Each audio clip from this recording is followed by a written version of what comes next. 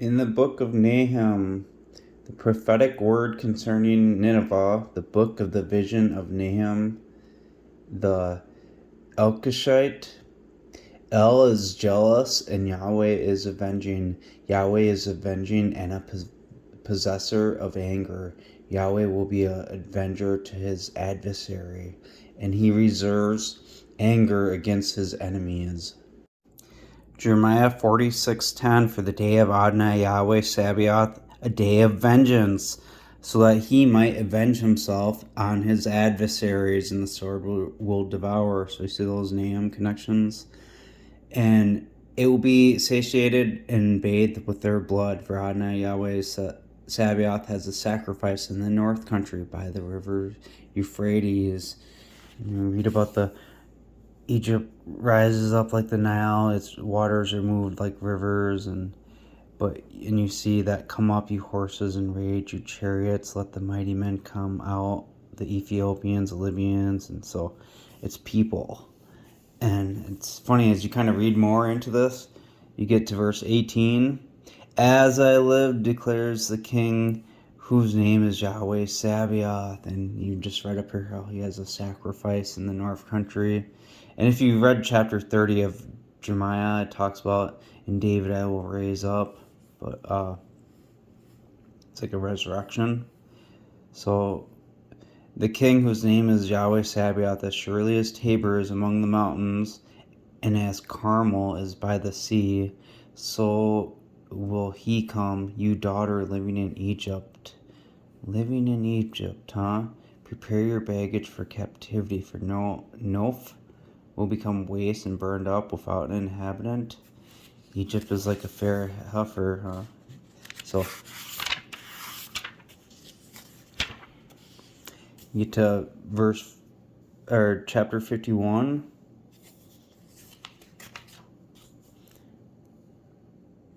Verse 19, so that the words for the portion of Jacob. The portion of Jacob is not like them, for it is he who formed all things, and the rod of his inheritance, Yahweh Sabaoth, is his name. Okay, and it's you are my battle axe, weapon of war. For with you I will beat down the nations, and with you I will destroy nations. That's that Revelation 19 rider on the white horse. It's funny, you get up here, you read like verse 15 through there, but I'm going to start in 16. When he utters his voice, there is a roar of waters in the heavens, and he causes vapors to ascend from the ends of the earth. And he makes flashes of lightning with rain, and he brings the wind out of his treasure stores. Every man is brutish in knowledge. Every founder is put to shame by an engraved image. For his molten image is falsehood, and there is no breath in them. They are the work of vanity, a work of delusions, and in their time of their visitation they will perish. See, there's a connection with Nahum and this Jeremiah here and Revelation. And if you watch my video on the mark of the beast, and I talk about how there's two of them, and one of them really does die, and then they have an image come down, that fire descending. It's like a hologram, some kind of working a delusion for them. And everyone's going to be looking up at that, coming down, and it's going to speak. And then when that's happening, they're going to switch out the dead body with the real one. So their molten image is false. So it's a fake resurrection going to happen. No breath in them, because that one is really dead. And the other thing is a hologram coming down.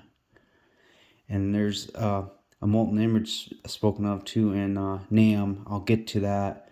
But now, so you get to chapter 50.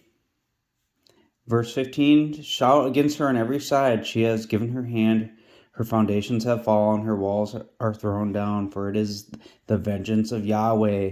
Take vengeance on her, as she has done. Do to her. Cut off the sower from Babylon, and him who handles the sickle in the time of harvest. Too, because it's going to be killed. The anointed one is going to be there, and he'll be killed. So resurrected on the third day. For the fear of the oppressing sword, every man will turn to his people, and every man will flee to his own land. Israel is like scattered sheep driven away by lions. The first king of Assyria devoured him. And lastly, this Nebuchadnezzar, king of Babylon, has broken his bones. Could this be like an order, Jesus being killed, and then with the broken bones, the second one? But therefore, Adonai Yahweh says this, Elohim of Israel, as you will see, I will punish the king of Babylon and his land, as I have punished the king of Assyria, and I will bring Israel back to his habitation, and he will feed on Carmel and Bashan, and his heart will be satisfied on the hill country of Ephraim and Gilead. That's in the north. But look, that Carmel and Bashan, check it out. Because you probably already forgot. We just kind of read that here. As I live, declares the king whose name is Yahweh Sabaoth. That portion of Jacob is not like him. The rod of his inheritance, whose name is Yahweh Sabaoth. But as surely as Tabor is among the mountains, and as Carmel is by the sea, so your daughters living in Egypt, prepare your baggage for your captivity, and Noph will become a waste burned up without an inhabitant. Egypt, like a fair heifer, is going to be killed. So, but if you go back here, chapter 44, the word that came to Jeremiah concerning all Judahites who live in the land of Egypt, who live at Migdol and at Teph and whatever, and at Noph. There's that word again. There you go. Judahites, the connection of them there. And in the country of Pathros, saying, Yahweh Sabaoth says this, Elohim of Israel. It's Elohim of Israel.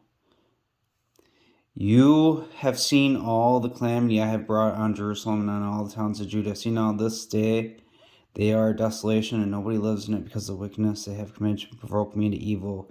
And they went and burnt incense to serve other gods, whom they did not know, you nor your fathers. However, I sent you to all servants of prophets, rising early and sending them, saying, Oh, do not do this abominable thing that I hate. But they did not listen. Didn't Jesus say something about that too to those Judahites? About, the prophets, all the prophets being sent to them, and they killed them? But they did not listen, nor did they incline their ear to turn from their wickedness, to burn no incense to other gods. So my fury, my anger was poured out, and it was kindled in the towns of Judah and the streets of Jerusalem, and they have become wasted and deserted as at this day. Therefore now Yahweh Sabaoth says this, Elohim of Israel, why do you commit terrible evil against your own lives, to cut off from you man and woman, little one, and sucking out of the midst of Judah, to leave you none to remain? Woe to them with child who gives suck in those days. No, in that you provoke me to anger with the works of your hands, burning incense to other gods in the land of Egypt, where you have come to live, so that you might cut yourselves off, and that you might be a curse and a reproach among the nations of the earth. Have you forgotten the wicked ways of your fathers, and the wicked ways of the kings of Judah, and the wicked ways of their wives? And those kings of Judah, those were actually, descendants of the house of Joseph. And they have bad kings and good ones. So yeah, there's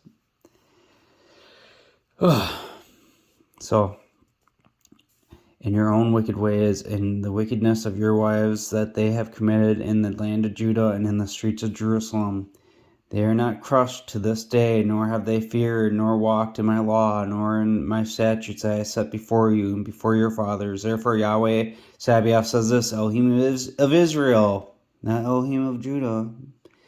As you will see, I will set my face against you for calamity, and to destroy all Judah. And I will take the remnant of Judah who have set their faces to go into the land of Egypt to live there, and they will all be consumed, and they will fall in the land of Egypt, and they will be consumed by the sword and by famine, and they will die from the least up to the most eminent, and by the sword and by famine, and they will be cursed and in astonishment and condemnation and disgrace. He's going to punish all of them, so that none of the remnant of Egypt who have gone into the land of Egypt to live there will escape or remain. so that they should return into the land of Judah, which they are lifting up their heart to return to live there. This is because they're going to be scattered when this happens. They're going to come down there. They're going to be avenging the temple. They're going to kill all, they're going to be killing the ones that are in there, and a bunch of them are going to scatter, but they're going to come back and they're going to bow. And you just read this whole chapter, and you get to like verse 17. Choi Adonai Yahweh, that the Lord lives. As you'll see, I will watch over them for calamity, not for good. And all the men of Judah who are in the midst of the land of Egypt will be consumed by the sword and by the famine until there is an end of them. And yet a small number who escape the sword will return out of the land of Egypt into the land of Judah. And all the remnant of Judah who have gone into the land of Egypt to live there will know whose words will stand, mine or theirs. And this will be a sign to you, declares Yahweh, that I will punish you in this place, so that you might know that my words will surely stand against you for calamity. And people are they're going to see stuff happening in Israel, and they're going to think, oh no, the chosen people there, they're being killed. But it's written that they're going to be going down there to destroy them. Egypt is like a fair heifer. Nope, that's Judah's there, and with that caramel and all that. So we were just reading in chapter 50. So that caramel and Bashan, and his heart will be satisfied in the hill country of Ephraim and Gilead. That's in the north, because they're going to destroy those ones down there in that land of Egypt, and then the Judah part, the southern kingdom. But in those days, at that time, declares Yahweh, the iniquity of Israel will be sought for, and there will be none, and the sins of Judah will not be found. But really, Judah is going to be getting destroyed down there when they go down there to Egypt. This is speaking about that temple, that one of Ephraim, because I've spoken about this more in other videos. But for I will pardon those I preserve. Because you read about Ephraim being full of sins too. Like from the book of Hebrews, and where it takes you in the Psalms, it talks about all that my sins are more than the hairs of my head. But he's redeemed by the blood of Jesus himself too. And then, he does his own sacrifice. So, look at that. Go up against the land of Meratham, and against the inhabitants of Pekod, strike and utterly devote them to extermination, declares Yahweh, and act in keeping with everything I have commanded you. The sound of a battle is in the land of a mighty smashing down, how the hammer of the whole earth is cut apart and broken, how Babylon has become a desolation among the nations.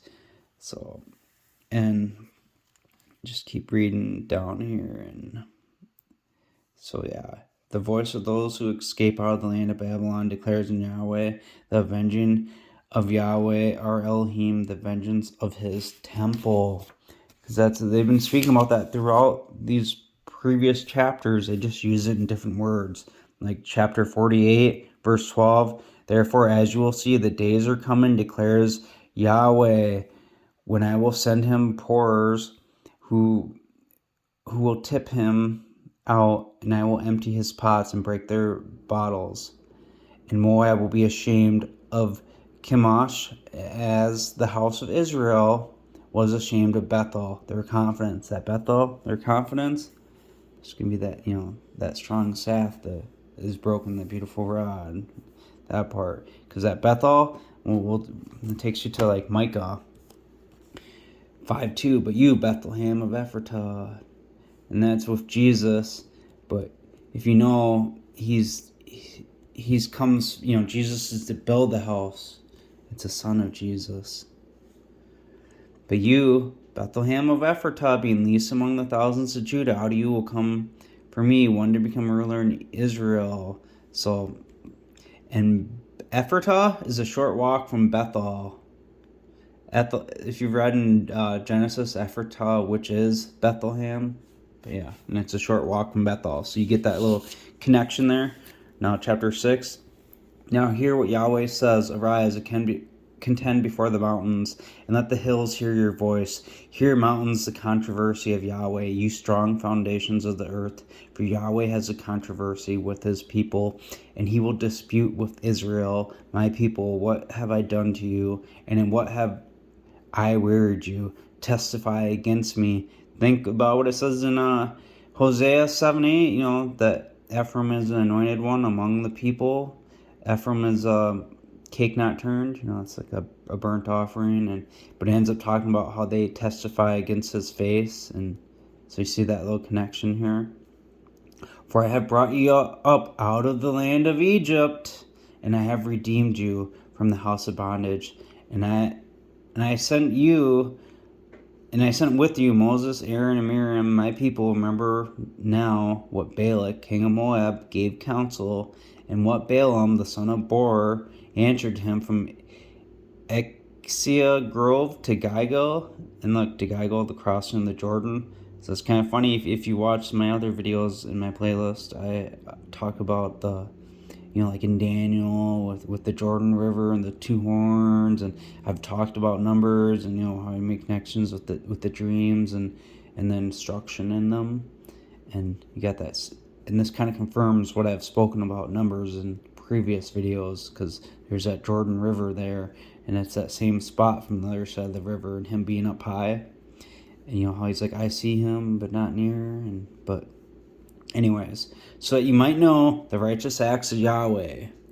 With what shall I come before Yahweh to bow myself before Elohim on high? Will I come before him with burnt offerings, with calves of 1 year old? Will Yahweh be pleased with thousands of rams, with tens of thousands of rivers of oil? Think,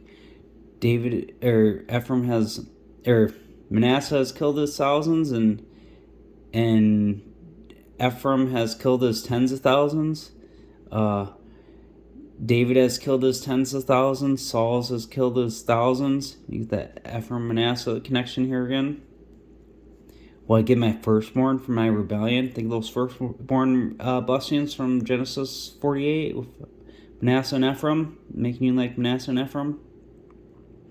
Ephraim got the firstborn birthright, but Manasseh came first.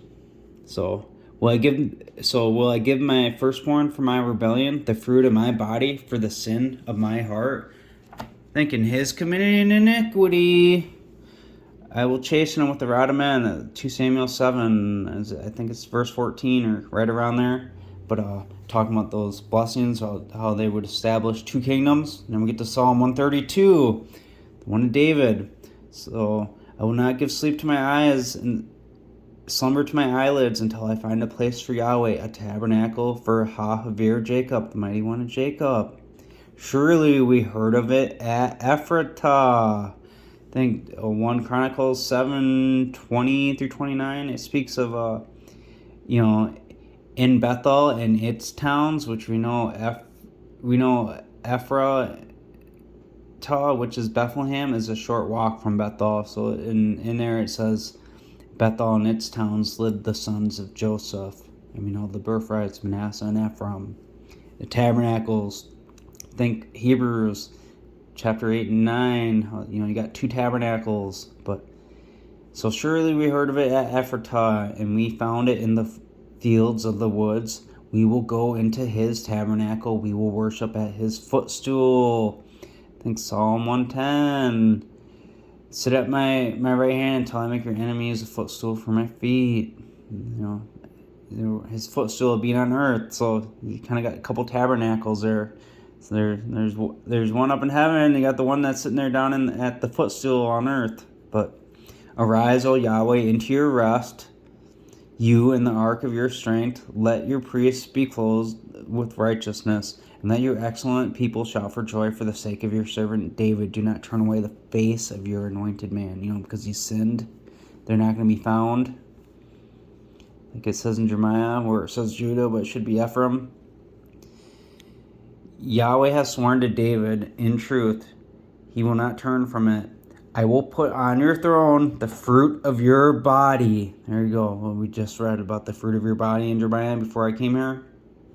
If your sons keep my covenant and my testimony that I will teach them, their sons will sit on your throne from eon to eon. So that testimony, that covenant and testimony that he will teach them is that covenant and testimony that Jesus gave when he came and he died and he was resurrected.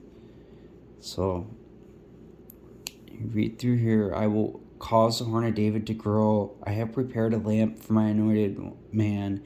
Jesus is the light of the world. He's that lamp for the anointed man. I'll come back here. So will I give my firstborn for my rebellion, the fruit of my body for the sin of my heart? Thousands and tens of thousands.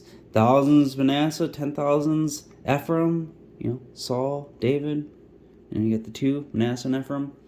But he has shown you, O man, what is good and what does Yahweh require of you, but you act justly to cherish loving kindness and you walk humbly, and to walk humbly with your Elohim.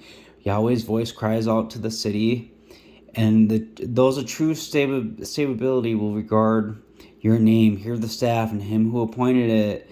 So there you go. There's that staff. You're gonna have to skim through here because I'm gonna try to save some time, but you will tread the alls, but you will not anoint yourself with oil and sweet wine, nor will you drink the wine. Think that new wine and that oil, and yeah, it's kind of makes me somewhat think of that last video I did, but and then you get to chapter 7.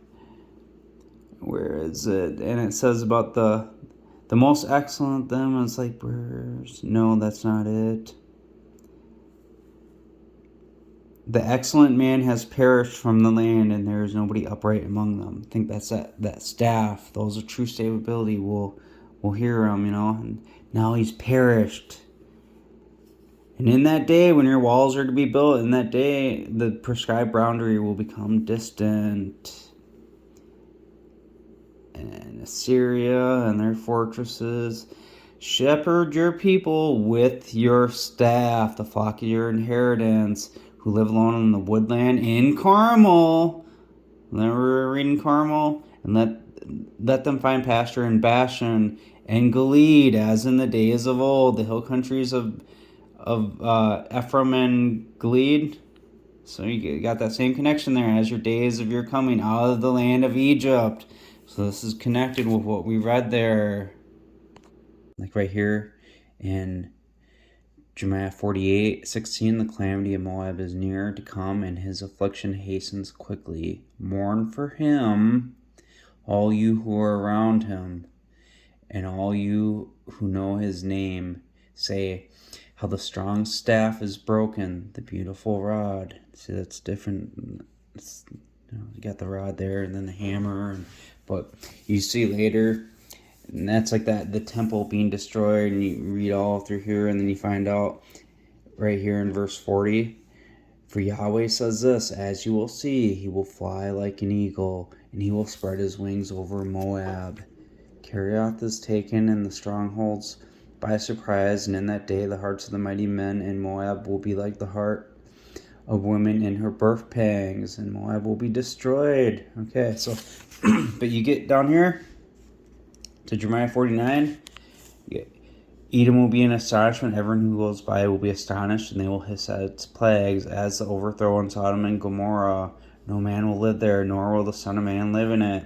As you will see, he will come up like a lion from the swelling of the Jordan. That swelling of the Jordan, that's a multitude of people coming up against the strong. But I will suddenly make him run away from her. So that's because he's going to be killed, and then the running away is when he flies away for a while and goes away for the 1260 days. Who is a chosen man I can appoint over the pasturage? For who is like me, and who will summon me, and who is the shepherd who will stand before me? Therefore hear the counsel of Yahweh that he has counseled against Edom, and his plans that he has proposed against the inhabitants of Teman. Surely the least of the flock will draw them out. Surely he will make their habitations desolate with them. The ground is moved at the noise of their fall, and the sad cry, its sound was heard at the Red Sea. As you will see, that's that one that comes up like, that as you'll see, he'll come up like a lion against the swine of the Jordan, but I will make him run away. He's coming up because he's being resurrected. And then he's going to run away because he's going to fly away. So as you will see, he will come up and fly like an eagle and spread his wings over Basra. And that day the hearts of mighty men will be like the heart of a woman in her birthing pangs. Matthew 24:28, for wherever there might be a carcass, there the eagles the eagle will be assembled. You can look it up. You can definitely put it that way. And it goes with Jeremiah and everything else. But immediately after the tribulation of those days, the sun will be darkened, and the moon will not give its lustres, and the stars will fall from the sky, and the powers of the heavens will be shaken. Then the sign of the Son of Man will blaze in the sky, like the flashing like lightning. If you read the previous verse, verse 27, and they will see the Son of Man coming in the clouds of heaven of power and immense glory. And they're going to mourn when they see that. And it's like in Revelation. The testimony of Jesus right here. Be careful, he comes with the clouds. Or be watchful, he comes with the clouds. And every eye will see him. And those who pierced him and all the tribes of the land will wail over him. Like them wailing over him, that's just like you're seeing in that Jeremiah 49:22. So when he flies like an eagle and spreads his wing over Basra, in that day the hearts of mighty men will be like the heart of women in birthing pangs. Those birthing pangs are going to be a bad thing. They're going to be wailing over that. So back in Nahum, so we see this is like I said at the time where the temple is going to be destroyed. So, and Yahweh will be an avenger to his adversaries, and he reserves his anger against his enemies. Verse 3. Yahweh is long-suffering and mighty in power, and he will certainly not hold the wicked as guiltless. Yahweh has his way in the whirlwind, and in the storm, and in the clouds are the dust of his feet. He rebukes the sea and makes it dry, and he dries up all the rivers of Bashan and Carmel, and the flower of Lebanon languishes. It's like that flower of Lebanon fades. So look, that those rivers drying up, that's those people, when the Nile rises up, and then that flower, it's like that fading flower, and those whirlwind, the storm and the clouds, that's like in Revelation, he comes in the clouds. His testimony. Isaiah 19, the prophetic oracle concerning Egypt. Remember Egypt, all those Judahites that live in Egypt? See now, Yahweh rides on a swift cloud, and he comes into Egypt. The idols of Egypt will shake at his presence, and the hearts of Egypt will melt in its midst. That's them all wailing, and he'll set Egyptians against Egyptians, So it's kind of like that Matthew 24 connection, too. And then we get to here, Isaiah 28. Woe to the crown of pride, the drunkards of Ephraim, a flower fading of the glory of its beauty on the heads of the rich valleys. Think the Jordan River going over the other side of the valley with the connections from Numbers, and then we get that flower we read in Nahum, the fading. They were overcome with wine. Look, Adonai has a mighty one, immensely strong, like a tempest of hail, a destroying storm, like a flood of mighty waters overflowing, and with a hand he will hurl it to the ground. So look, this is just like that other stuff we're reading with that storm coming, all the same stuff. In chapter 34 of Isaiah, it says, Their killed will be thrown out, and their stink will come up out of their carcasses, and the mountains will be melted with their blood. Oh, and the host of heaven's being rolled up like a scroll. But then right here, the blood of lambs and goats, the fat and kidneys of rams. Yahweh has a sacrifice in Basra, and a terrible slaughter in the land of Egypt. What were we reading in Jeremiah about all that? Like in Basra, we read it in like chapter 50, and right here, or chapter 49, so he's talking about being in Edom and astonishment, and look, as you'll see, he will come up and fly like an eagle and spread his wings over Basra on the day of the heart of the mighty men of Edom will be like the heart of women in birth pangs, because he's going to be killed, and he's going to be resurrected there, and they're going to be scared out of their mind. Back in Nahum, so that flower languishes like that fading flower. The mountains quake at him, and the hills melt. See, they melt with blood, and the earth trembles at his presence. Yes, the world and all who live in it. Who can stand before his indignation? Who can stand up to the fierceness of his anger? His fury is poured out like fire, and rocks are broken by him. Yahweh is good, a stronghold in the day of trouble, and he knows those who flee to him for refuge. Now, you can read about day of trouble and all that in Jeremiah also.